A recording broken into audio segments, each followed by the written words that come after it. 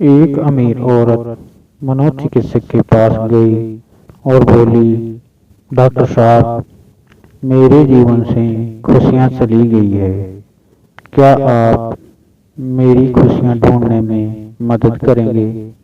इतना सुनते ही मनोचिकित्सक ने एक बूढ़ी औरत को बुलाया जो वहां साफ सफाई का काम करती थी, और उस औरत को बोला, मैं इस बूढ़ी औरत से तुम्हें ये बताने के लिए कहूँगा कि कैसे इसने अपने जीवन में खुशियाँ ढूंढी। मैं चाहता हूँ कि आप उसे ध्यान से सुनो। तब उस बूढ़ी औरत ने अपना झाड़ू नीचे रखा, कुर्सी पर बैठ गई और बताने लगी, मेरे पति की मलेरिया से मृत्यु हो गई और उसके 3 महीने बाद ही मेरे बेटे की भी सड़क हादसे में मौत हो गई। मेरे पास कोई नहीं था, मेरे जीवन में कुछ नहीं बचा था। मैं सो नहीं पाती थी, खा नहीं पाती थी। मैंने मुस्कुराना बंद कर दिया।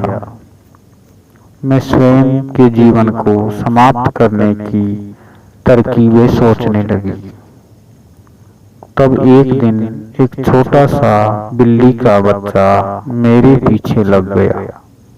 जब मैं काम से घर आ रही थी, बाहर बहुत ठंड थी, इसलिए मैंने उस बच्चे को अंदर आने दिया।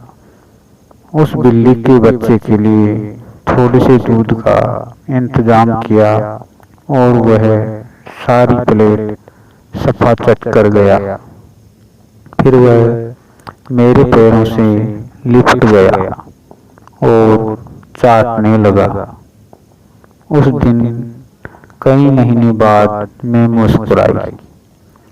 तब मैंने सोचा, यदि इस बिल्ली के बच्चे की सहायता करने से मुझे खुशी मिल सकती है, तो हो सकता है कि दूसरों के लिए कुछ करके और भी खुशी मिले। इसलिए अगले दिन मैं अपने पड़ोसी जो कि बीमार था, उसके लिए कुछ बिस्किट बनाकर ले गई। हर दिन मैं कुछ नया और कुछ ऐसा करती थी जिससे दूसरों को खुशी मिले, और उन्हें खुश देखकर मुझे खुशी मिलती थी।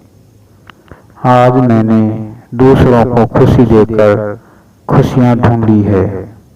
ये सुनकर वह अमीर औरत रोने लगी। उसके पास वह सब था जो वह पैसों से खरीद सकती थी, लेकिन उसने वह चीज खो दी थी जो पैसों से नहीं खरीदी जा सकती।